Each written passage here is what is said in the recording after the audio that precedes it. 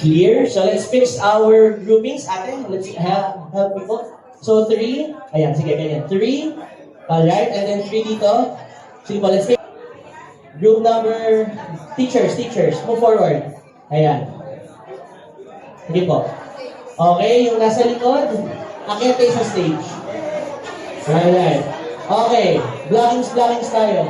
Bro, dito tayo sa pagitan nila. Ayan.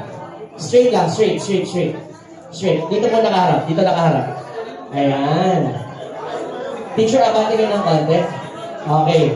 One straight line, facing there. Sorry, kahig. Yeah, landscape.